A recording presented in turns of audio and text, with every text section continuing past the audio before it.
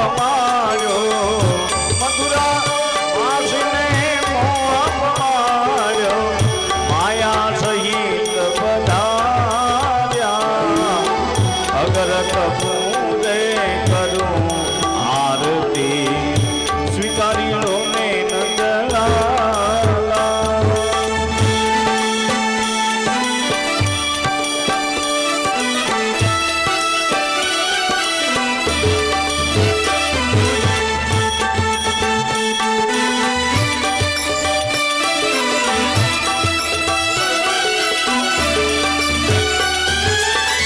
કુમુદિને કાપો સદબુદ્ધિ આપો કુમુદિને કાપો સદબુદ્ધિ આપો અરજી છે નંદલાલા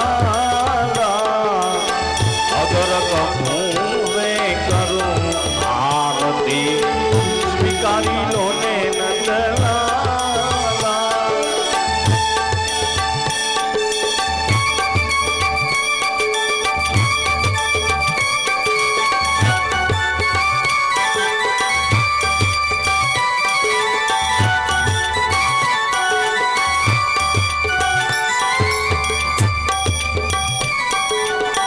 જગતપતિ ને જીવરાજ પુકારે જગતપતિ ને જીવરાજ પુકારે વંદુવારે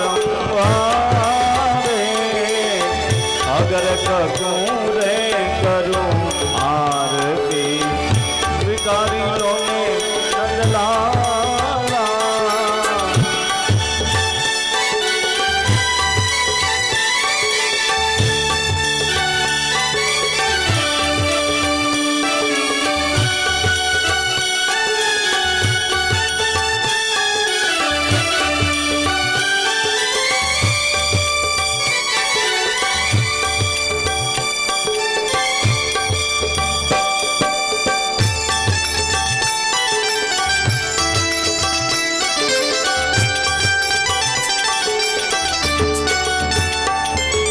कर्पूर गौरम करुणावतारम संसार सारम भुजगेन्द्रहारम सदा संगम तुद्यारविंदे भवं भवानी सहितं नमामि मंगलम भगवान विष्णु मंगलम गरुडध्वज मंगलम पुंडरीकाक्षो मंगलाय तनोहरि सर्वमंगल मांगल्ये शिवे सर्वार्थ साधिके शरण्ये त्र्यंबके गौरी नारायणी नमोस्तुते नारायणी नमोस्तुते कृष्ण कन्हैया ओम भूर्भुवस्व नमो ब्रह्मण्य देवाय गौब्रह्मणहिताय च जगद्विताय कृष्णाय गोविंदाय नमो नमः। ओम भूर्भुवस्व व्यासाय नमः। गंधाक्षदान अर्पयामि। पुष्पचरणों में मूकी दो थोड़ा एक एक। गंधाक्षदान पुष्पम अर्पयामि।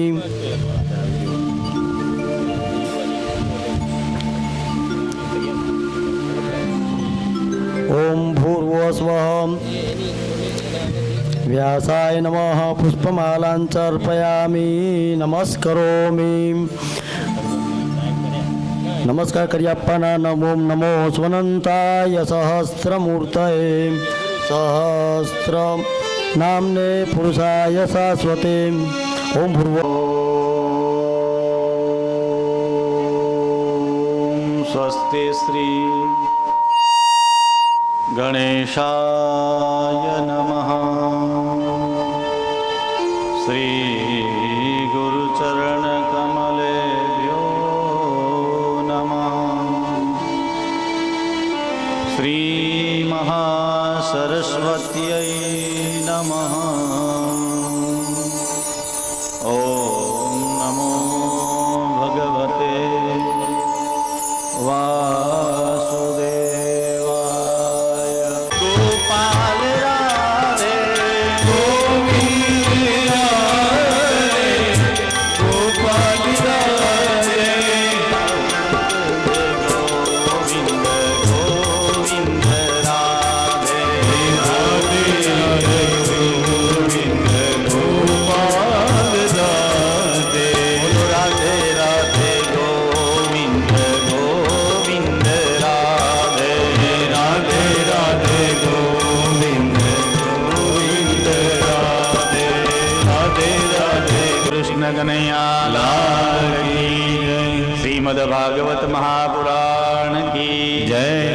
સદગુરુદેવ કી જય. દ્વારિકાધીશ કી જય. નમઃ પાર્વતી પતયે હર હર મહાદેવ હર. શ્રીમદ ભાગવત મહાપુરાણ જ્ઞાન સપ્તાહ યજ્ઞમાં ગઈકાલે આપણે બધાએ શ્રીમદ ભાગવતજીના મહાત્મ્યનું શ્રવણ કર્યું.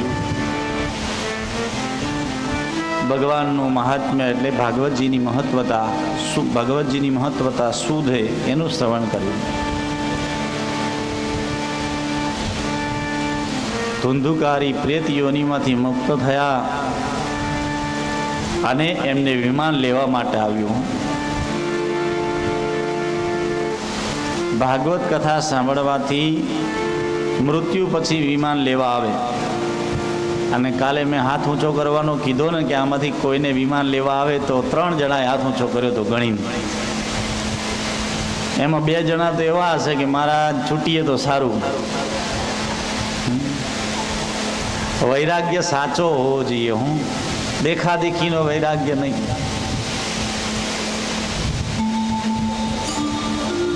વિમાન લેવા આવે ને ભાગવત સાંભળવાથી. એક બેને મને પૂછ્યું, મહારાજ હું તો કેટલી કથા સાંભળું છું, ઉપવાસ કરીને કથા સાંભળું છું, પણ આજ સુધી વિમાન ક્યાં આવ્યું જ નહીં. મેં કીધું વિમાનનો અર્થ તો સમજો. વિમાનનો અર્થ સમજો. વિગતમાન ઇતિ વિમાન.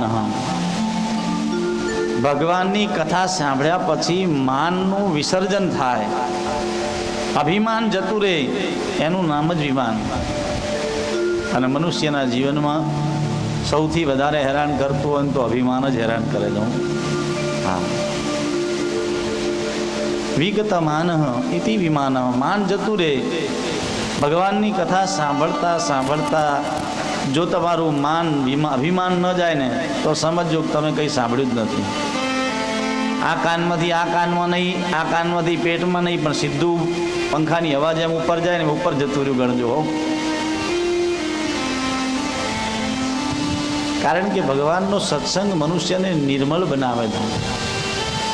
અને ભગવાન કહ્યું છે ને કે નિર્મલ મન જન સૌ મોહી પાવા, મોહી કપટ છલ છિદ્ર ન ભાવા. ભગવાન એને જ પ્રાપ્ત થાય છે જેનું મન નિર્મલ હોય. બહુ બધી ખરાબ ગંદી રૂમ પડી હોય, મકાન એકદમ કચરાવાળું હોય, ઘણા બધા જૂના ઘાસ ઉગી ગયા હોય, એમાં આપણને રહેવાનું મન થાય. પણ એકદમ ચોખ્ખું મન હોય, ચોખ્ખું ઘર હોય, આંગણું ચોખ્ખું હોય, ઘર એકદમ ચોખ્ખું હોય, એ ઘરમાં આપણને રહેવાનો આનંદ થાય. તો ભગવાનને પણ કચરો ભરેલું, બહુ ગંદુ મલિન વિચારો વાળું, ઈર્ષા દ્વેષ ભરેલો હોય, કામ આદિ વિકારોથી ભરેલું શરીર ભગવાનને પણ ગમતું નથી. એટલે ભગવાન એમાં વાસ કરતા. મોહે કપટ છલ છિદ્ર ન ભાવા. અને પરમાત્મા તો મનની વાત જાણનારા છે. ભાગવતની કથા સાંભળવાથી મુક્તિ મળે છે. આ વાત સત્ય સનાતન છે. હું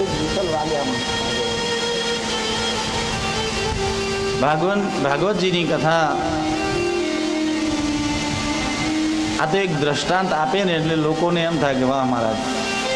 કાલે આપણે આત્મદેવની કથા સાંભળીને, આત્મદેવ નામના બ્રાહ્મણ હતા અને એમને ધુંધુલી નામની પત્ની હતી ને એમને ધુંધુકારી નામનો પુત્ર હતો ને આ બધી ખાલી ઋષિ મુનિઓએ કલ્પના બનાવેલી ખાલી વાત છે. ધ્યાનથી સાંભળજો બધા. આત્મદેવ એટલે આપણો આત્મા. આ કોઈ બ્રાહ્મણ કથા તો ખાલી તમને આત્મદેવ નામના કોઈ બ્રાહ્મણની વાત એટલે બતાવી છે, ખાલી બનાવી છે, આપણા ઉપર જ છે. આત્મદેવ એટલે આપણો આત્મા. આત્મા એકદમ સીધો છે, ભોળો ભાળો છે, એને કંઈ ખોટું કરવું ગમતું જ નથી. આત્મા હંમેશા સારા માર્ગે જ ચાલવાય છે. ઈ છે ને. પછી ધુંધુલી કોણ છે? એ માણસની બુદ્ધિ છે. બુદ્ધિ હંમેશા તર્ક વિતર્ક જ કરતી હોય, ક્યાંક ને ક્યાંક કોઈની ભૂલ શોધતી હોય, ક્યાંક ને ક્યાંક ઝઘડા કરી દે, એમને એમ ખોટી ખોટી શરતો મૂકી દે, કંઈ કારણ વગર ન. અરે ભાઈ નારાયણપુરાનો રસ્તો આમ આવ્યો, પેલો કે ના આમથી જવાય. આ બુદ્ધિ છે. આ બુદ્ધિ બહુ ઝઘડાળું નહીં. આત્મદેવ એટલે આપણો આત્મા, ધુંધુલી એની પત્ની એટલે એ બુદ્ધિ. ગૌકર્ણ એમનો પુત્ર થયો ને, એ ગૌકર્ણ કોણ? આપણું જ્ઞાન છે. આપણી પાસે બધાની પાસે સારું જ્ઞાન છે જ, અંદર પડ્યું જ છે. આ કથાની અંદર હું કઈ વિશેષ વાત કહેતો હોય એવું પણ નથી. હું આ બધા મારા કરતાં ઉંમરમાં વડીલ છો, મોટા છો, ને ઘણી બધી સત્સંગની વાતો તમે મારા કરતાં 100 ગણી જાણો જ છો ને જાણતા જ હશો. આપણી અંદર સારું જ્ઞાન બધાની અંદર પડ્યું જ છે. તો ગોકર્ણ મહારાજ એ આપણું જ્ઞાન છે. પછી પેલો ધુંધુકારી કોણ? તો ધુંધુકારી આપણું મન છે. મન હંમેશા પાપની તરફ પ્રેરે. મનને કંઈક સારું જોવે એટલે એને ખાવાની ઈચ્છા થાય. મનને હંમેશા પાપ કરવાની ઈચ્છા થાય. મનને જ બધા ખરાબ વિચાર આવે, વિકાર આવે. ખરાબ વિકારો આવે તો મન દ્વારા જ આવે.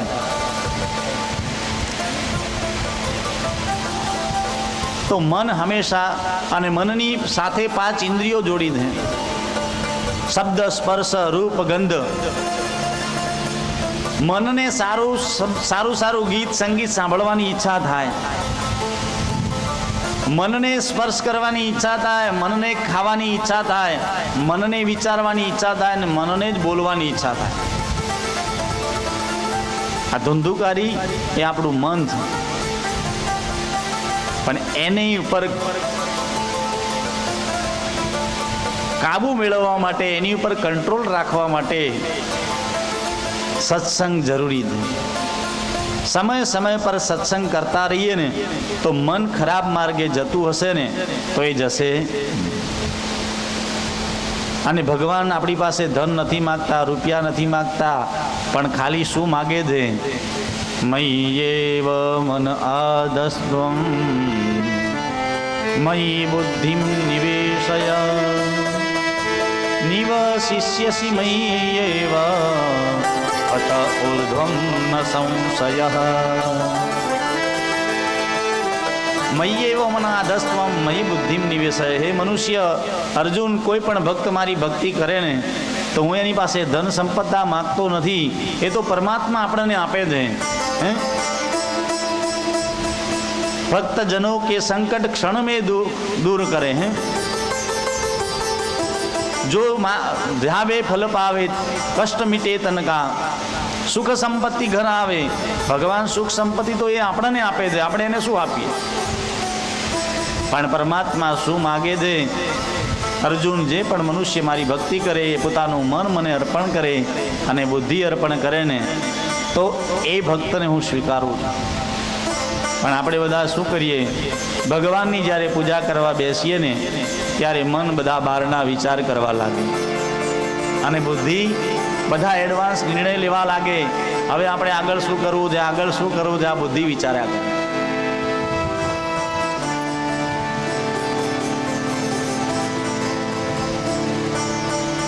એટલે ગૌકર્ણ એટલે જ્ઞાને આત્મદેવને જ્ઞાન આપ્યું છે કે લોક ધર્માન ત્યજ્ય. સુંદર મજાનું મકાન કરવું, પૈસા કમાવા, પરિવાર માટે સારી બધી વ્યવસ્થા કરવી, ભોગોની ભૌતિક સુખોની સાધના કરવી, વ્યવસ્થા કરવી, આ પણ એક ધર્મ છે. એનો વિરોધ નથી. એ પણ એક ધર્મ છે. આપણે સંસારી જીવે ધન કમાવું જ પડશે, મહેનત કરવી જ પડશે, પણ એ લૌકિક ધર્મ છે.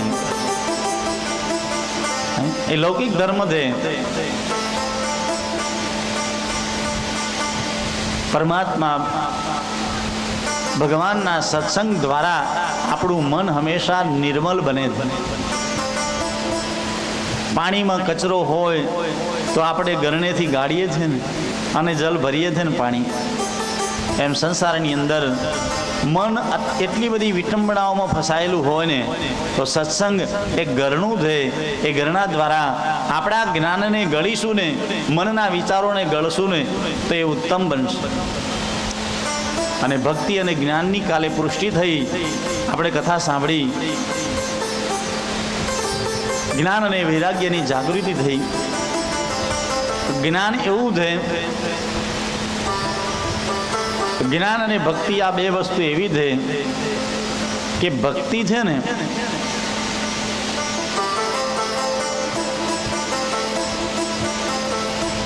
ભક્તિ અને જ્ઞાનમાં શું ફરક છે?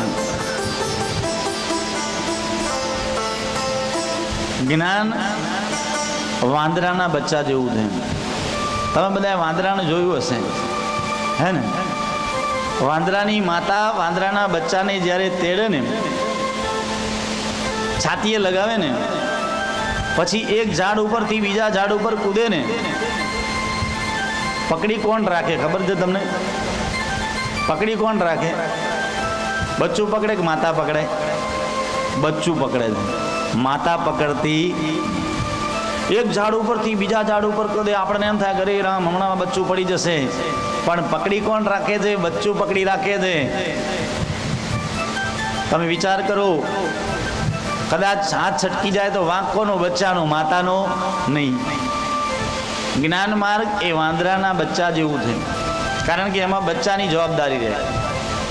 જ્ઞાની માણસે હંમેશા ધ્યાન રાખવું પડે. ઘણા બધા જ્ઞાન મેળવ્યા પછી થોડો રસ્તો ભટકી ગયા તો ગયું પાણીમાં. અને ભક્તિ એ બિલાડીના બચ્ચા જેવું છે. ભક્તિ એ બિલાડીના બચ્ચા જેવું છે. બિલાડીને પણ તમે જોઈ જશે, બિલાડીનું બચ્ચું,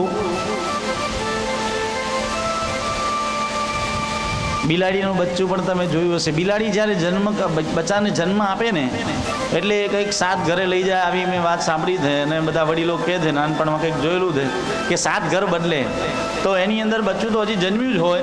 અને પેલી બિલાડી શું કરે? એના બચ્ચાને પોતાના મોઢાથી કેટલા ઉંદર ખાઈ ગઈ હોય એ મોઢાથી સીધું ગળું પકડે છે ને. બચ્ચાને તો કઈ ચિંતા ના હોય કે કઈ વાંધો નહીં, મારી માં મને જ્યાં લઈ જશે એ સુરક્ષિત જગ્યાએ લઈ જશે. એ બચ્ચું કશું ચિંતા કરતું નથી. એ બચ્ચું કશી ચિંતા કરતું નથી. એમ ભક્તિ માર્ગ તો ભગવાનના શરણે થઈ જવાની વાત છે. હું ભગવાનના થઈ ગયા એટલે ભગવાનને જ્યાં લઈ જવા હોય લઈ જાય. હું પરમાત્માની શરણાગતિ, કોઈ પણ કાર્યનો આરંભ કરો ને, ભગવાનને પ્રાર્થના કરીએ, પ્રભુ તારી કૃપાથી તારો સાથ રાખીને હું આ કામ કરું છું, તને જવાબદારી સોંપું છું, તારે સંભાળવાનું. કાર્ય પૂરું થાય, પરમાત્માને પ્રાર્થના કરીએ, પ્રભુ તારી કૃપાથી થયું, આ બધું તારી કૃપા હતી ત્યારે થયું, મનમાં અહંકાર આવશે નહીં. ભાગવતજીના આપણા આંગણે ભાગવતજી વધારે ને એ ખરેખર ખૂબ ભાગ્યની વાત કહેવાય, બહુ પુણ્યની વાત કહેવાય કે આજે અમારા રાજેન્દ્રભાઈ ને અમારા અરુણાબેન એમનો બહુ પ્રેમ ભાવ અને ભગવાન પ્રત્યેની આવી રુચિ, આજે આ ભાગવત કરી કથા અહીં આપણે બધાને લાભ મળે છે. જેના આંગણે ભાગવતની કથા થાય એના પિતૃ સદૈવ વૈકુંઠમાં કીર્તનના અધિકારી બને છે. એમનો વૈકુંઠમાં વાસ થાય છે. આ શાસ્ત્રીય અને ઋષિઓની અનુભવેલી વાત છે. પહેલો સ્કંદ છે અધિકાર લીલા. હવે અત્યારે તો મોબાઈલનો જમાનો થઈ ગયો, મોબાઈલ તો મારા જ રાખવો જ પડે. તો ભાગવતજીનો મોબાઈલ નંબર હું તમને બધાને આપું, સાંભળજો હો બધા. આ ભાગવતના 12 સ્કંદ છે. કેટલા સ્કંદ છે? આ ભાગવતજીના 335 અધ્યાય છે, એટલે 12 335. મોબાઈલ નંબર 10 આંકડાનો હોય ને. પહેલાં એવું હતું 98 આવતું, હવે તો બધા નંબર આવે છે. આ જીઓ કંપની આવ્યા પછી 12 સ્કંદ 335 અધ્યાય એટલે 12 335 પછી આ ભાગવતજીના 18,000 શ્લોક છે. કેટલા શ્લોક છે? 18,000. 12 335 18 અને 3 અક્ષર રહ્યા ને જી 10 આંકડાનો મોબાઈલ નંબર હોય ને તો આ ભાગવતજીના ટોટલ અક્ષરો 5,76,000 છે. 5,76,000 આના અક્ષર છે. એટલે 12 335 18 576 આ ભાગવત ભગવાનનો મોબાઈલ નંબર થયો. આ નંબરમાં તમે વોટ્સઅપ કરો, મેસેજ કરો, કોલ કરો, વિડીયો કોલિંગ કરો, સીધો વૈકુંઠમાં લાગશે. આ નંબર જેને જીવનમાં ઉતારી લીધો, જેને આત્મસાત કર્યો, એનું કલ્યાણ ચોક્કસ. શ્રીમદ ભાગવત મહાપુરાણ એક કલ્પ વૃક્ષ છે. જેની ઉપર બેસી, જેની નીચે બેસી જે પણ કલ્પનાઓ કરીએ ને એ પરમાત્મા આપણી પૂરી કરે ને. પણ કલ્પનાઓ સારી પણ હોવી જોઈએ. નહીં તો એક ભાઈ રસ્તામાં જતા હતા, ગરમી લાગી તો એમને થયું કે ઓહો કેટલી ગરમી છે, મારી આજુબાજુમાં 1-2 કુલર ને 2-4 પંખા હોય તો સારું. આવી કલ્પના કરી. હવે એ બેઠા હતા કલ્પવૃક્ષની નીચે એટલે ભગવાને તરત હાજર કર્યા. એને એમ થયું કે વાહ આ તો સરસ જગ્યા છે. પછી એને પાછો વિચાર આવ્યો કે મારા બપોરનો સમય ભૂખ લાગી છે, થોડું જમવાનું મળે તો સારું. તો જમવાનું હાજર થઈ ગયું. કારણ કે એ જે ઝાડની નીચે બેઠો હતો એ કલ્પવૃક્ષ હતું, એને ખબર નથી. એને તો પેટ ભરીને જમી લીધું. જમી લીધા પછી એને વિચાર થયો કે મહારાજ હવે થોડો આરામ પણ થઈ જાય. એક પલંગ અને સરસ મજાનો બિસ્તર હોય તો થોડી વાર સૂઈ જવું. તો બિસ્તર ને પલંગ હાજર થયો, કલ્પવૃક્ષનો નિયમ છે. તો એ ભાઈ તો આરામ કરવા લાગ્યા. હવે જેવો આરામ કરવાનો વિચાર કર્યો ત્યારે વિચાર આવ્યો કે આ તો જંગલ છે, આમાં તો બધા હિંસક પશુઓ રહે છે, કદાચ કોઈ વાઘ આવે અને મને મારી નાખે તો. અને એવું જ થયું. થઈ જ ગયું. તરત જ એવું થયું, વાઘ આવ્યો ને એને મારી નાખ્યો. કારણ કે કલ્પવૃક્ષ નીચે કલ્પના કરી તો કલ્પનાઓ પણ હંમેશા સારી કરીએ, વિચારો હંમેશા સારા રાખીએ. આ જગત સંસાર મનોવિજ્ઞાન એવું કહે છે કે આ જગતની અંદર તમે જેટલું મનથી વિચારો છો ને એ તમારી સામે આજ નહીં તો કાલે સામે ઊભું જ રહે છે, ગમે તેમ કરીને. ભગવાનની સત્ય સાથે ધર્મ પ્રતિષ્ઠિત હોય ને એ ધર્મ સાચો. જીવનમાં આખો દિવસ તમે જૂઠું બોલતા હો અને ધાર્મિક હોવાનું તમે ડોળ કરતા હો એ ધર્મ નથી. આપણો ધર્મ કયો છે? સત્ય સનાતન ધર્મ કયો છે? સનાતન ધર્મ છે ને આપણો, તો એની અંદર પહેલો શબ્દ લાગે છે સત્ય. તો બીજા શ્લોકમાં ધર્મની વ્યાખ્યા કરી. ધર્મ પ્રોજિત કેતવોત્ર પરમો નિર્મત્સરાણામ શતા વૈદ્યમ વાસ્તવમાત્ર વસ્તુ શિવદમ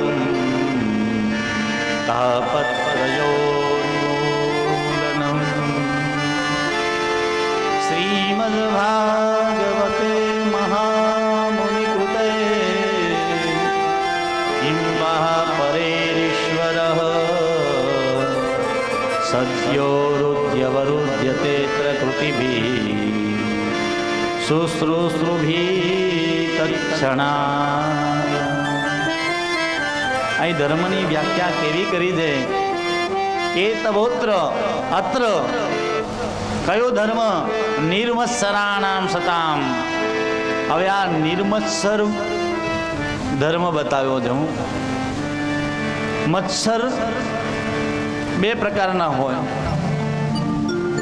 મચ્છર કરડે ને તો સાવધાન રહેવું પડે. હું આપણે બધા એટલે ઓલ આઉટ લગાવીએ છીએ ને કછુઆ છાપ લગાવીએ છીએ ને, પણ આ મચ્છર એવી વસ્તુ છે કે એ કરડે તો જીવનમાં બહુ હેરાન થવાય. હું અને એ મચ્છર અને પેલું મચ્છરનો અર્થ એવો થાય છે કે તમે કોઈનું સારું જોઈને દુઃખી થાઓ ને તો તમારી અંદર પૂરેપૂરો મચ્છર છે. અરે આ માણસ તો ક્યાં હતો, ક્યાં પહોંચી ગયો, આની પાસે તો કંઈ નહોતું અને આટલું આવી ગયું. અરે એને મહેનતથી એના નસીબથી આવ્યું હોય, એને ભગવાનની કૃપાથી આવ્યું હોય, તો તમે એનાથી દુઃખી થાવ છો તો સમજો કે તમારી અંદર એ મચ્છર છે. અને જેમ પેલું મચ્છર કરડે રોગ થાય ને એમાં મચ્છર જો જીવનમાં કરડે તો જીવન બગાડે. મચ્છર એ મોટો રોગ છે.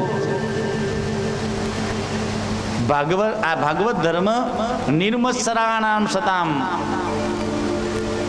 વેદ્યમ વાસ્તવ મત્ર વસ્તુ શિવદમ. આ ભાગવત ધર્મ કેવો છે? શિવદમ, કલ્યાણકારી છે, બધાનું કલ્યાણ કરે છે. જે પણ શ્રદ્ધાથી ભગવાનની કથા સાંભળે બધાનું કલ્યાણ કરે. બોલો શ્રી ગોવર્ધનનાથ કી, રાજા રણછોડ કી જય. પણ સાથે બોલજો હું, કારણ કે જય બોલવાથી પુણ્ય મળે, આપણા પાપ ઉડી જાય. અને જે જય ના બોલે એના માથા ઉપર જઈને જ પડે. કૃષ્ણ કનૈયા લાલ કી. તો શિવદમ આ કલ્યાણકારી ધર્મ છે. અને તાપત્રયોન્મૂલનમ, 3 પ્રકારના તાપોનું ઉન્મૂલન કરે છે. આધિદૈવિક, આધિભૌતિક અને આધ્યાત્મિક ત્રણેય તાપોને દૂર કરે છે આ ધર્મ, આ ભાગવત ધર્મ. અને ભાગવતનો એક સુંદર અનુભવ અને બહુ શ્રેષ્ઠ ફળદાયી તમને વાત કરું કે ભાગવતમાં બીજા શ્લોકમાં વ્યાસજીએ સ્પષ્ટતા કરી છે ને બહુ સ્પષ્ટ વાત છે. ભગવાનની ભાગવત કથા થવાની હોય ને આપણે વિચારીએ કે ભગવાનની કથામાં જઈશું, 3 વાગે કથા ચાલુ થવાની છે ને આપણે 2:45 મંડપમાં પહોંચી જઈશું. જ્યારે તમને આવો વિચાર આવ્યો ને, સદ્યો રુદ્ય વરુદ્ય તેત્ર કુતિભી, એ જ ક્ષણે ભગવાન તમારા હૃદયમાં આવીને બિરાજે છે. બોલો શ્રી કૃષ્ણ કનૈયા લાલ કી જય. ભક્ત વત્સલ ભગવાન કી જય હો. વિચાર કરો, ખાલી મનમાં વિચાર કરો કે આપણે ભગવાનની ભાગવત સાંભળવા જઈશું, ત્યાં જ ભગવાન અવરુદ્ધતે આપણા હૃદયમાં આવીને બિરાજે છે. 3 પ્રકારના તાપોનું ઉન્મૂલન કરે છે. શુશ્રુષુભી તક્ષણા, શુશ્રુષુભી સાંભળવાની ઈચ્છા જ્યારથી પ્રગટ થાય ત્યારથી ભગવાન આપણા હૃદયમાં આવીને બિરાજે છે. આ ભાગવત ધર્મ છે. નિગમ કલ્પતરોર્ગલિતમ ફલમ સુખમુખાદ્મુતદ્રવ સંયુતમ પિબત ભાગવતમ રસમાલય મુહુર્હો રસિકા ભુવિ ભાવુકા. નિતરામ ગમયતિ બોધયતિ સવેદ નિગમ. વેદોનું પ્રગટ થયેલું આ મહાકલ્પ વૃક્ષ છે. અને એ કલ્પ વૃક્ષમાંથી નીકળેલું ફળ છે ગલિતમ ફલમ. અને મહારાજ એવું ફળ છે કે શુકમુખા દ્રવ સંયુતમ, જેને પોપટે ચાંચ લગાવી દે, અને પોપટે જેને ચાંચ લગાવી હોય એ ફળ કોઈક દિવસ ચાખજો, હંમેશા મીઠું જ હોય. પોપટ મીઠા ફળને ચાંચ લગાવે, અને એ ફળ જો આપણને ખાવા મળે તો એની હંમેશા મીઠાશ હોય. અમૃત દ્રવ સંયુતમ, આ અમૃત સ્વરૂપ ફળ છે. તો પીબત ભાગવતમ રસમાલય, હે રસિકો, હે ભાવિકો, તમે એ રસને પીવો, એ ભાગવત રસને પીવો. તો મહારાજ તમે હમણાં ફળ કીધું, અને ફળને કઈ પીવાય ખરા? ફળનો રસ, એની અંદર તો ગોટલી હોય, છોતરા હોય. કહ્યું કે આમાં કોઈ ગોટલું નથી, કોઈ છોતરું નથી. આ તો કેવલ અમૃત સમાન રસ ही રસ હે, રસ જ છે. રસો વૈ સહ, જેની અંદર રસ સ્વરૂપ પરમાત્મા છે. રસો વૈ સહ, રસરાજ પ્રભુ છે. એટલે આની અંદર તો એકલો અમૃત ભરેલો રસ જ છે.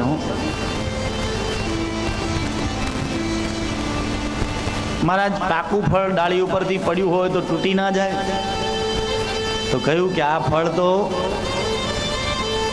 શ્રીધર સ્વામી મહારાજ કહે છે, એમની ટીકામાં લખે છે કે આ ફળ સીધું નીચે નથી પડ્યું. એક ભગવાન નારાયણની શાખામાંથી નીકળ્યું, ભગવાન બ્રહ્માજીની ડાળી ઉપર લટક્યું, બ્રહ્માજીની ડાળીથી ટપક્યું, શ્રી નારદજીની ડાળી ઉપર અટક્યું, નારદજીની ડાળીથી ટપક્યું, શ્રી વ્યાસજીની ડાળી ઉપર અટક્યું, શ્રી વ્યાસજીની ડાળીથી ટપક્યું, સુખદેવજી પોતાના પુત્રને અને એ ડાળીમાં અટક્યું, અને સુખદેવજી મહારાજની ડાળીમાંથી ટપક્યું તો પરીક્ષિત રાજાની ડાળી અને હજારો સૌનકાદિક મુનિઓ અને સુત મુનિને આ બધાને, અને એ પછી તો આપણને બધાને આ ફળનો રસ પીવા મળે છે. શાખા પ્રશાખાથી આવેલું આ ફળ છે. અને કોઈ વક્તા એમ કે આ કથા હું જ કરું છું, હું બહુ જ્ઞાની છું, તો એનો અહંકાર કહેવાય. આ તો પરમાત્માની શાખામાંથી નીકળેલું ફળ છે, અને એ રસ છે. મહારાજ આ રસ કોને પીવડાવો? કોણ કોણ પી શકે? કોને કોને બોલાવ્યા વ્યાસજીએ? રસિકા ભુવિ ભાવુકા. હે રસિકજનો, હે ભાવુકજનો, તમે આવો. જેને રસ છે એને, હું જેને સાચી તરસ છે એને. તમને સુંદર મજાની પરબ બનાવવાની ઈચ્છા થાય ને તમે રોડ ઉપર પરબ બનાવો ને, હવે જેને તરસ નથી ને એ માણસ આવશે ને પૂછશે, ભાઈ તમે આ પરબ ક્યારે બનાવી? આનું ઉદ્ઘાટન કર્યું ત્યારે તમે કોઈને બોલાવ્યા હતા? આમાં નર્મદાનું પાણી આવે છે કે બોરનું પાણી આવે છે? આમાં તમે એક્વાગાર્ડ લગાવ્યો છે કે સીધે સીધું આવે છે? ઠંડુ છે કે ગરમ છે પાણી? ઉપર પાણીની ટાંકી ઢાંકીને રાખો છો ને? આવા બધા તમને પ્રશ્નો કરશે. એ જ માણસ રાજસ્થાનના રણમાં ફરતો હોય, ગરમીનો સમય હોય, અને બપોરે તમે એને એમ કહો કે ભાઈ બહુ તરસ લાગી હોય ને પાણીની બોટલ તમે આપો કે ભાઈ પાણી પીવું છે, તે આ બધા પ્રશ્નો કરશે. જેને સાચી તડપ છે, જેને જરૂર છે, એને જ બોલાવ્યા છે. નહીં તો ખાલી ખોટા પ્રશ્નો કરીને વ્યાસજીને બિચારાને હેરાન કરે. રસિકા અને ભુવિ ભાવુકા. જેને ભગવાનમાં ભાવ છે, ભગવાનમાં જેને રતિ છે, ભગવાનમાં શ્રદ્ધા છે, આવા જ ભક્તોનું આહવાન કરવું છે વ્યાસજીએ. હું હિબત ભાગવતમ રસમાલય. ક્યાં સુધી મહારાજ આ રસ પીવો? તો મોક્ષ પર્યંતમ આલયમ. જ્યાં સુધી મોક્ષ ના મળે ને ત્યાં સુધી મુહુર મુહુર વારે વારે આ રસ પીતા રહો. આ રસની મીઠાશ ક્યારે ઓછી થતી નથી. હો નિમિષે નિમિષ ક્ષેત્રે ઋષય સૌનકાદય સત્રમ સર્ગાય લોકાય સહસ્ર સમમાસત. પાર્વતીને માતા માને છે, કારણ કે જગદંબા છે, માં શક્તિ છે. અને માતા પાર્વતી નારદજીને ગુરુ માને છે, કારણ કે એમના લગ્ન કરાવ્યા ને, વિવાહ કરાવ્યા ને લીલામાં. આમ તો માં ભગવતી આદ્ય શક્તિ છે, પણ નારદજીએ લગ્ન કરાવ્યા ને. તો માતા પાર્વતીએ નારદજીનું સ્વાગત કર્યું. નારદજી પધારો, બહુ દિવસે તમે હમણાંથી દેખાતા જ નથી. નારદજીએ કીધું કે માતા હવે બહુ સંસારી જીવોમાં બહુ જવા જેવું નથી. કેમ નારદજી? કેમ? સંસારના જીવોમાં હવે કોઈ પ્રેમ રહ્યો જ નથી, ખાલી દેખાવનો જ પ્રેમ રહ્યો. માતા પાર્વતી કીધું નારદજી એવું નથી, અમારા બંને વચ્ચે તો બહુ પ્રેમ છે. અમારા શંકર તો એટલા ભોળા, બધી વસ્તુ મને કહી જ દે. નારદજી કીધું અચ્છા? હા નારદજી, તમને ખબર નહીં હોય, કોઈ ગુરુ પાસેથી તમે દીક્ષા મંત્ર લો ને, ગુરુ દીક્ષા મંત્ર એ કોઈને કહેવાય નહીં, પણ છતાં મારા પતિ તો એટલા ભોળા કે મને ગુરુ મંત્ર કહી દીધો. પછી રોજ સમાધિમાં બેસે ને, જેવા સમાધિમાંથી જાગે એટલે પહેલા મને કહે કે દેવી આજે તો મને વામન ભગવાનના દર્શન થયા, આજે રામના દર્શન થયા, આજે કૃષ્ણના દર્શન થયા. નારદજી તમને ખબર નહીં હોય, અમારા સંસારમાં તો બહુ પ્રેમ છે. નારદજીએ કીધું અચ્છા દેવી, માતા તમને એક વાત કહું, શંકર ભગવાન તમારા સ્વામી શિવજી ગળામાં ખોપડીઓની માળા પહેરે છે, તમે જોઈ ને? તો કે હા. હવે એ ખોપડીઓ કોની છે તમને ખબર છે? તો કે ના નારદજી, એ તો મને ખબર નથી. તો ખાક પ્રેમ કરે છે, લો. તમને ખબર નથી કે ગળામાં ખોપડીઓ કોની છે? પાર્વતી માતાને થયું કે હા, હવે ઘરે આવવા દો. આજે શંકર આવે એટલે હું ખખડાવું, બોલું. હે શંકર ભગવાન અને નારદજી તો જય માતાજી નારાયણ નારાયણ કરી નીકળી ગયા. સામેથી ભગવાન સમાધિમાંથી જાગીને આવતા હતા. નારદજી કીધું, ભગવાન ભોલેનાથ પ્રણામ હો, માતા પાર્વતી તમને યાદ કરે છે. શંકર ભગવાને કીધું કે નારદજી, તમે જઈને આવ્યા એટલે વધારે યાદ કરતા હશે, કંઈક તમે મૂકીને આવ્યા હશો. જેવા શંકર ભગવાન ગયા એટલે પાર્વતી માતાએ કીધું, આ તો તમને બધા જગત ભોળા કે, તમે કઈ ભોળા છો જ નહીં. આ તો હું તમારી બધાની વાતોમાં ભોળવાઈ ગઈ, છેતરાઈ ગઈ. બોલો શ્રી કૃષ્ણ કનૈયા લાલ કી, ભક્ત વત્સલ ભગવાન કી જય. દ્વારિકાધીશ કી જય. હું તમારી વાતોમાં ભોળવાઈ ગઈ, તમે તો ભોળા દેખાવ છો, કઈ ભોળા નથી, કપટ રાખો છો. શંકર ભગવાને કીધું, દેવી થયું શું, બતાવો તો ખરા. અરે શું થયું? સારું થયું આ તે નારદ ઋષિ આવ્યા ને મારી આંખો ખોલી, નહીં તો તમે કપટ રાખો છો મનમાં. ભગવાને કીધું, દેવી વાત તો કરો, તમે આટલી બધી વાતો છુપાવો છો. આ તમારા ગળામાં આડી મોટી મોટી ખોપડીઓ ધારણ કરી છે, તમે જે આ ખોપડીઓ પહેરી છે, એ ખોપડીઓની અંદર કોના મુંડ છે, બતાવો. શંકર ભગવાને કીધું કે દેવી, આ તો બધી અમર કથાઓની વાતો છે. દેવી, તમે આ જગતના રક્ષણ માટે કેટલી વાર અલગ અલગ અવતારો ધારણ કર્યા, અને દેવી તમારા સ્વરૂપ રૂપે હું આ ખોપડીઓનું ધારણ કરું છું, અને એની અમર કથા તમને સંભળાવું છું. ભગવાન શિવ કૈલાસ શિખર ઉપર કથા સંભળાવે છે, અને માતા પાર્વતી શ્રોતા બનીને સાંભળે છે. પેલું પક્ષી પોપટ પાછળ બેઠું બેઠું સાંભળતું હતું, એનું ઈંડું જન્મ થયું. હવે માતાને થયું કે બચ્ચું મરી ગયું, ઈંડું તૂટી ગયું છે. માતા ત્યાંથી જતી રહી, ઈંડામાંથી ગર્ભ બન્યો, બચ્ચું બન્યું, અને એ બચ્ચું આ કથા સાંભળતું હતું. અને કથાનો નિયમ છે, પાછળ બેસી, વ્યાસની પાછળ બેસીને કથા સંભળાય નહીં. શિવજીને થયું કે આ તો પાછળ બેસીને કથા સાંભળે છે. દર્ભની સળી લઈ શંકર ભગવાને લીલામાં પાછળ પડ્યા. એ સુખ પક્ષી બચ્ચું ઉડતું ઉડતું હરિદ્વારના આગળ ગંગાના તટ ઉપર એ આશ્રમની અંદર માતા વિટિકા વ્યાસજીના ધર્મપત્ની જ્યાં બગાસું ગાધું એમના મુખમાં પ્રવેશ કરી લીધો. માના ગર્ભમાં 16 વર્ષ સુધી નીકળતા નથી. ભગવાને વચન આપ્યું ને ત્યારે 16મા વર્ષે માના ગર્ભમાંથી જન્મ લઈ પ્રગટ થયા ભગવાન સુખદેવજી મહારાજ, અને જન્મતાની સાથ વનમાં જતા રહ્યા, અને વનમાં જતા હતા અને પિતાજી પાછળ પડ્યા હતા. એ જ ભાવના સાથે અહીં સુતજીએ સુખદેવજી મહારાજની વંદના કરી અને કહ્યું કે તમ વ્યાસ સોન ઉપયામ ગુરુ મુનિનામ, મારા ગુરુ સમાન શ્રી વ્યાસ ભગવાન અને એમના પુત્ર મારા ગુરુભાઈ, એમને હું વંદન કરું છું, જેણે આ મોટો અધ્યાત્મ દીપ જેણે પ્રગટ કર્યો જગતના કલ્યાણ માટે. એવા સુખદેવજી મહારાજને હું વંદન કરું છું. નરનારાયણ ભગવાનને, મા સરસ્વતીને, ગણેશજીને, ગુરુ મહારાજને વંદન કરી અને હું તમને કથા કહું છું. સુતજી કહે છે, ઋષિઓ તમે પ્રશ્ન કર્યો ને, પહેલો તો માણસનું કલ્યાણ કેવી રીતના થાય, તો ભગવાનની ભક્તિથી કલ્યાણ થાય. ભગવાનના ભક્ત બનવું ને એ શ્રેષ્ઠ મોટી વાત છે. પહેલા તો ભગવાનના ભક્ત બનો તમે, અને ભક્ત પણ કેવા, ભક્તના લક્ષણો શ્રીમદ ભગવદ્ ગીતામાં 12મા અધ્યાયમાં ભક્તિ યોગમાં છેલ્લા 7 શ્લોકમાં સુંદર બતાવ્યું છે. હું અંદર 7 શ્લોક તમે વાંચશો ને, 7 શ્લોકની અંદર ભક્તના લક્ષણો બતાવ્યા હતા. શીતોષ્ણ સમદુઃખેષુ સમસંગ વિવર્જિત તુલ્ય નિંદા સ્તુતિર્મૌની સંતુષ્ટો યેન કેનચિત. 7 શ્લોકોમાં ભક્તના લક્ષણ ભગવાનને બતાવ્યા છે. સમય ભક્ત, એ ભક્ત મને વધારે પ્રિય છે. પરમાત્માએ કહ્યું,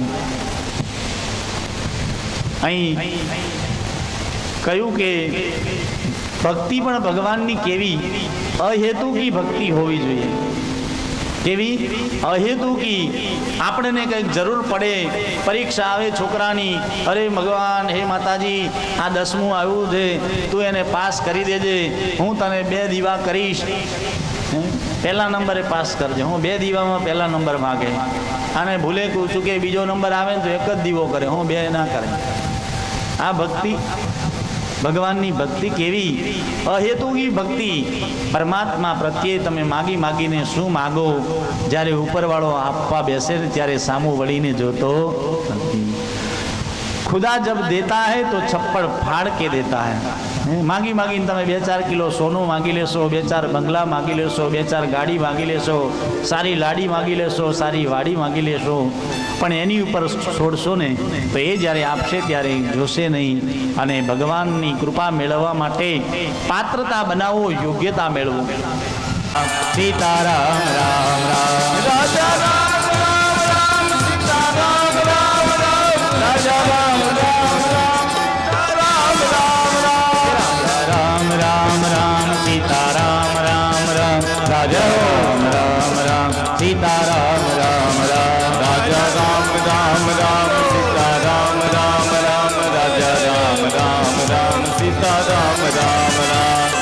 બાપા રામ સીતારામ સીતારામ જય સીતારામ. બાપા રામ સીતારામ સીતારામ જય સીતારામ. બાપા રામ સીતારામ સીતારામ જય સીતારામ. બાપા રામ સીતારામ સીતારામ જય સીતારામ. ગુરુ રામ બાપા રામ સીતારામ જય સીતારામ. ગુરુ રામ બાપા રામ સીતારામ જય સીતારામ. બાપા રામ સીતારામ સીતારામ જય સીતારામ. ગુરુ બાપા રામ સીતારામ સીતારામ જય સીતારામ. સીતારામ સીતારામ બાપા રામ જય સીતારામ. બાપા રામ સીતારામ સીતારામ જય સીતારામ. બાપા રામ સીતારામ સીતારામ જય સીતારામ. બાપા રામ સીતારામ સીતારામ જય સીતારામ. સીતારામ સીતારામ જય સીતારામ. જય રામ જય સીતારામ. રામ જય સીતારામ. સીતારામ જય સીતારામ.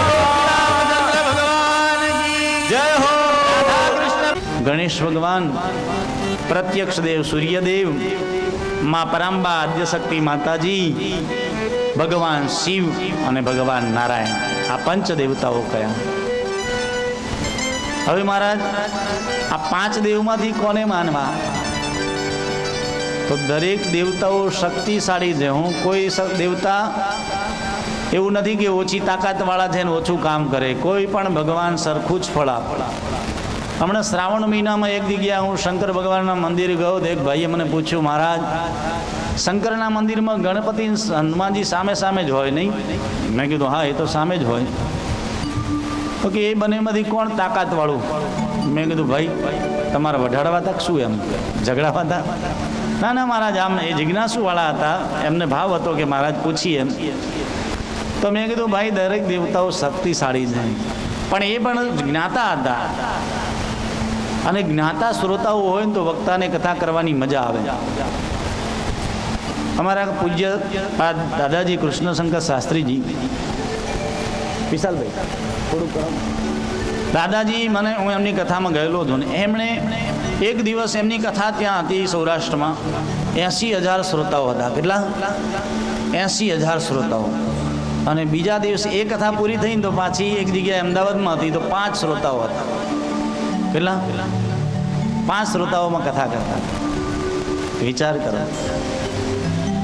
દાદાજી એવું કહેતા કે બેટાઓ કથા કરો છો એની અંદર ક્વોન્ટિટી નહીં જોવાની, કેટલા શ્રોતાઓ છે એ નહીં જોવાનું, પણ ક્વોલિટી જોવાની. શ્રોતાઓ કેવા છે એ જોવાનું. હજારો શ્રોતાઓ હોય ને સાંભળતું કોઈ ના હોય ને એકબીજાની કાનમાં વાતો જ કરતા હોય ને મોબાઈલમાં જ વાતો કરતા હોય ને બગાસા જ ખાતા હોય અને ક્યારેક ક્યારેક ઝોકા ખાઈ લેતા હોય. એ શ્રોતાઓ હજારો નહીં હોય તો ચાલશે, પણ થોડા શ્રોતાઓ હોય, તમારી કથા એમને સીધી અને હૃદયમાં ઉતરે તો તમારી કથા સિદ્ધ, તો તમે ભગવાનની સારી અને સાચી કથા કરી ગણાશો. તો ભગવાન કયા શક્તિશાળી? તો મેં એમને એમની ભાવના સાચી હતી એ ભાઈની, એટલે મેં એમને શાસ્ત્રીય શ્લોક બતાવ્યો. દ્વે વેદ્વિજે તિથે મંત્રે દેવગ્ને ભેષજે ગુરુ યાદૃશી ભાવના યસ્ય સિદ્ધિર્ભવતિ તાદૃશી. દરેક દેવતાઓ શક્તિશાળી છે. હું તમે ગણપતિમાં માનો, કૃષ્ણમાં માનો, અંબેમાં માનો, બહુચરમાં માનો, મેલડીમાં માનો, કોઈ પણ દેવને માનો, અને દરેક દેવતાઓ શક્તિશાળી છે. પણ એ દેવ ઉપર તમને કેટલી શ્રદ્ધા છે એ પ્રમાણે તમને દેવ ફળ આપે. બ્રાહ્મણ દરેક પૂજનીય છે. બ્રાહ્મણ તપસ્વી હોય, બ્રાહ્મણને વંદન કરો ને આજે પણ તમને આના આશીર્વાદ મળે. પણ તમે કેટલી શ્રદ્ધાથી વંદન કરો છો. બધા પગે લાગે એટલે આપણે લાગવું પડે એટલે લાગો છો કે તમને એની અંદર શ્રદ્ધા છે, એ રીતના તમને ફળ મળે. તમે તીર્થમાં જાઓ, ગંગાજીમાં સ્નાન કરો ને પુણ્ય મળે ને મળે, પણ તમને એમ થાય કે મહારાજ આવું તો પાણી અમારી સોસાયટીમાં આવે જ છે, તો તમને એવું ફળ મળે. મંત્રો દરેક શક્તિશાળી છે. ઓમ નમઃ શિવાય બોલો, ઓમ નમો ભગવતે વાસુદેવાય મંત્ર બોલો, શ્રી કૃષ્ણ શરણમમાં બોલો, ગાયત્રી મંત્ર બોલો, જય અંબે મંત્ર બોલો. દરેક મંત્રો શક્તિશાળી છે. એ મંત્રો તમને ફળ આપે જ, પણ એ મંત્ર તમે કેટલી શ્રદ્ધાથી મંત્ર જપો છો ને એ પ્રમાણે તમને એનું ફળ મળશે. તમે જેને પણ ગુરુ બનાવો ને, માટીના પૂતળાને પણ ગુરુ એકલવ્યએ બનાવ્યા હતા. ગુરુ જેને પણ બનાવો, ગુરુમાં તમને કેટલો વિશ્વાસ છે, કેટલી શ્રદ્ધા છે, એ પ્રમાણે તમને ગુરુનું ફળ મળશે. દરેક દેવતાઓ શક્તિશાળી છે. કોઈ નાનો છે, કોઈ ગાડી જ આપી શકે ને બીજા ભગવાન બંગલો આપી શકે, આવું નથી. બધા ભગવાન બધું આપી શકે, પણ તમારી ભાવના, યાદૃશી ભાવના, તમારી શ્રદ્ધા અને ભાવના કેટલી છે એ પ્રમાણે ફળ આપે. અને કૃષ્ણ ભગવાનને માનતા હોય એટલે માતાજીને ન માનવા, માતાજીનો અનાદર કરવો એ પણ નથી. માતાજીને માનતા હોય શંકર ભગવાનને ખરાબ કહેવાય એ પણ ધર્મ નથી. આપણો સનાતન ધર્મ કોઈને ખરાબ કહેતો નથી. કોઈના સંપ્રદાય વિશે ખરાબ બોલવું એ ધર્મ નથી. સારા એક વક્તાના વખાણ કરે. હમણાં મેં એક સાંભળ્યું, એક ભાઈ એક સુંદર મજાના વક્તાનું કથાકારનું વખાણ કરતા હતા. મેં કીધું વાહ, એ વક્તા તો બહુ અદ્ભુત છે. શ્રી રાજેન્દ્રદાસ મહારાજ, જે મલુકપીઠના અધિપતિ, પરમ ગૌભક્ત વૃંદાવનના, પણ પાછા એ બીજા મહાત્માની ખરાબ બોલતા હતા. મને થયું કે ભાઈ, તમારી સંતોમાં સાચી શ્રદ્ધા નથી. તમે એક સંતનું સારું બોલો છો, બીજા સંતનું ખરાબ બોલો છો, તો એ શ્રદ્ધા સાચી નથી. તમે એક દેવને માનો ને બીજા દેવને ખરાબ બોલો, ગાળો બોલો, તો એ તમારો ધર્મ નથી. આપણો ધર્મ તો, અને તમે જો પતિવ્રતા પત્ની હોય, એ પત્ની, એના માટે પતિ તો સર્વસ્વ છે, પણ એ શું કરે? સાસુ સસરાને માન આપે, દિયરને લાડ કરે, જેઠજીનું સન્માન કરે, બાળકોને દુલાર કરે, પ્રેમ કરે. પણ પતિ તો પતિ છે ને, પતિનું સન્માન કોણ લઈ શકે? એમ જગતની અંદર બધા દેવતાઓનો આદર કરવો, પણ જગતપતિ પરમાત્મા જેનામાં આપણને શ્રદ્ધા છે એ જ આપણો ઈષ્ટદેવ, અને એ જ દેવ શક્તિશાળી. તમે ભગવાન કૃષ્ણને માનતા હો અને તમે અંબાજી દર્શન કરવા જાઓ, તો શું અંબાજી માને દર્શન નહીં કરવાના? પ્રાર્થના કરવાની, હે માં ભગવતી, આજે તારા દરબારમાં આવ્યો છું, હે માં ચાચરના ચોકવાળી. પહેલાં તો હું ભગવાનની બહુ બધી માળા કરતો હતો, હમણાંથી થોડી ઓછી માળા થાય છે. માં તું મને શક્તિ આપજે કે હું ભગવાનની વધારે માળા કરી શકું. બોલો, બે કામ થયા ને. ભક્તિ માગી તમારા ભગવાનની, અને માતાજીની વંદના થઈ ગઈ. દરેક દેવતાઓ શક્તિશાળી છે. પરમાત્મા પ્રત્યે તમારો કેટલો ભાવ છે, કેટલી શ્રદ્ધા છે, અને ભગવાનની ભક્તિ જ તમારા હૃદયના ગ્રંથિઓને દૂર કરશે. આ સંસારની અંદર તો એકલી વિટંબણાઓ જ ભરેલી છે. સનત કુમારો, જેની આપણે કથા કાલે સાંભળી હતી, સનાતન સનંદન, એ સનત કુમારો ચારે ભાઈઓ એ ભગવાનનો પહેલો અવતાર છે. ભગવાનનો બીજો અવતાર વરાહ અવતાર છે. જલની અંદર પૃથ્વીને બહાર લાવવા માટે ભગવાને વરાહનું રૂપ લીધું, વરાહ અવતાર લીધો પરમાત્માએ. ત્રીજો અવતાર ભગવાનનો મનમાંથી પ્રગટ થયેલા ભગવાનનું મન, એ નારદજીનો ભગવાનનો અવતાર છે, નારદજી પણ. ચોથો અવતાર ભગવાનનો નરનારાયણનો અવતાર. પાંચમો ભગવાનનો અવતાર કપિલ અવતાર. ભગવાનનો છઠ્ઠો અવતાર દત્તાત્રેય ભગવાનનો અવતાર. સાતમો અવતાર ભગવાન પૃથુરાજાને ત્યાં યજ્ઞ સ્વરૂપે પ્રગટ થયા, એ યજ્ઞ અવતાર.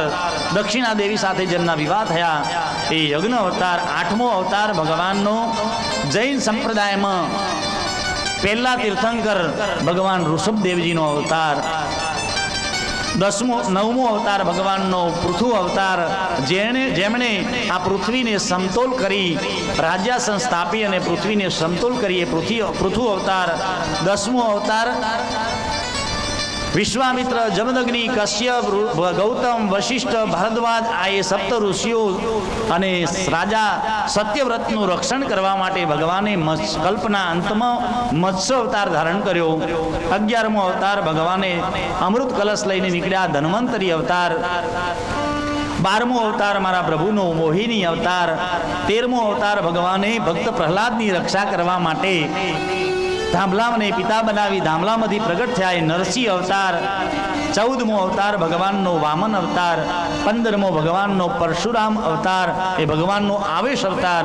16મો અવતાર ભગવાનનો એક તો 16મો અવતાર ભગવાનનો પરશુરામ અને 17મો અવતાર ભગવાનનો વ્યાસ અવતાર. આ વ્યાસજીએ જેણે ભગવાન ભાગવતની રચના કરી વ્યાસ અવતાર, એ ભગવાનનો કલા અવતાર છે. 17મો અવતાર ભગવાનનો વ્યાસ અવતાર. 18મો ભગવાન રામચંદ્ર ભગવાનનો અવતાર રામ અવતાર. 19મો ક્યાંક બલરામનો અવતાર કહે છે અને ક્યાંક ભગવાનનો હરિ અવતાર હયગ્રીવ અવતાર કહે છે. બલરામ અવતાર અહીં ભાગવતજીમાં વ્યાસજીએ બલરામજીને 19મો અવતાર બતાવ્યા છે. 20મો અવતાર ભગવાન કૃષ્ણનો અવતાર.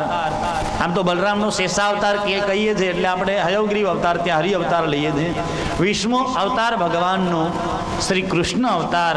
21મો અવતાર ભગવાનનો હરિ અવતાર હંસા અવતાર. 23મો બુદ્ધ અવતાર અને 24મો કલયુગની અંદર કલ્કી અવતાર ભગવાનનો થશે. આ 24 અવતારોની કથા કહી. એમાં પછી તો અલગ અલગ સંપ્રદાયો પણ થયા. અમુક નેતાઓ આવા ભાષણો કરે, રામે આ સેતુ પુલ બનાવ્યો એનું પ્રમાણ શું?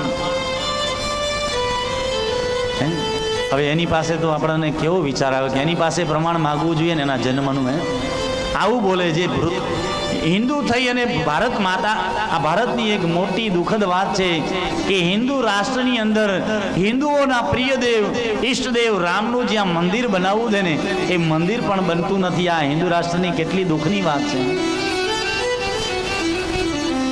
ભગવાન રામનું મંદિર તો જગતમાં બધે હોય, પણ જ્યાં રામનો જન્મ થયો, જનની જન્મભૂમિશ્ચ સ્વર્ગાદપી ગરીયસી. ભગવાન રામે શું કીધું?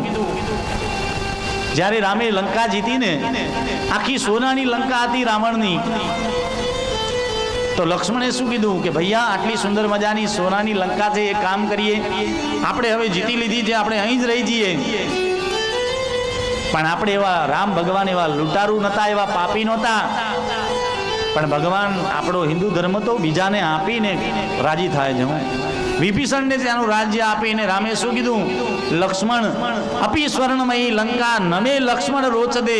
ભલે સોનાની લંકા હોય પણ મને પસંદ નથી, કારણ કે મને મારી જનની મેં મને જન્મ આપ્યો ને એ જનની જનેતાથી અને જન્મભૂમિથી મોટું કોઈ સ્વર્ગ નથી. મને આ નથી જોઈતી.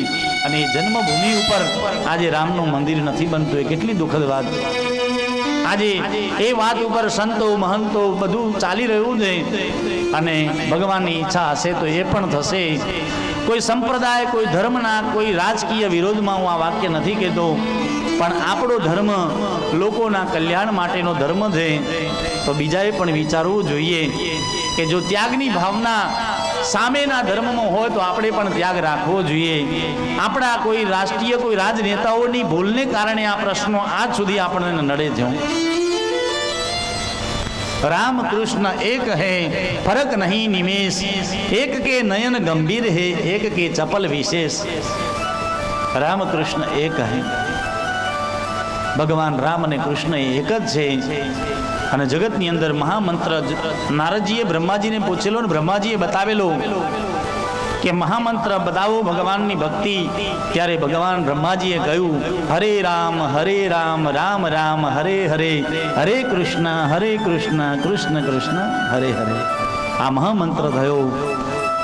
પણ ચૈતન્ય મહાપ્રભુ શ્રી શ્રી હરિદાસ ઠાકુર મહારાજ શ્રી પ્રભુપાદ આદિ સંતોએ આને શું કર્યું, એ મંત્રને થોડોક બદલી નાખ્યો. કેમ કે હરે રામ રામ રામ હરે હરે, હરે કૃષ્ણ કૃષ્ણ કૃષ્ણ હરે હરે. આ તો મહામંત્ર થયો. મહામંત્ર તો પવિત્રતાની સાથે બોલવો જોઈએ, નાહી ધોઈ આસન પર બેસીને બોલવો જોઈએ. પણ મંત્ર બદલ્યો, હરે કૃષ્ણ કૃષ્ણ કૃષ્ણ હરે હરે, હરે રામ રામ રામ હરે હરે. આ મંત્ર તમે નાયા વગર બોલો, સૂતા સૂતા બોલો, ખાતા ખાતા બોલો, હરતા ફરતા બોલો, ગાડીમાં બોલો, ચપ્પલ પહેરીને બોલો, ગમે ત્યાં બોલો, આ મંત્રનું ફળ આપણને ચોક્કસ મળે.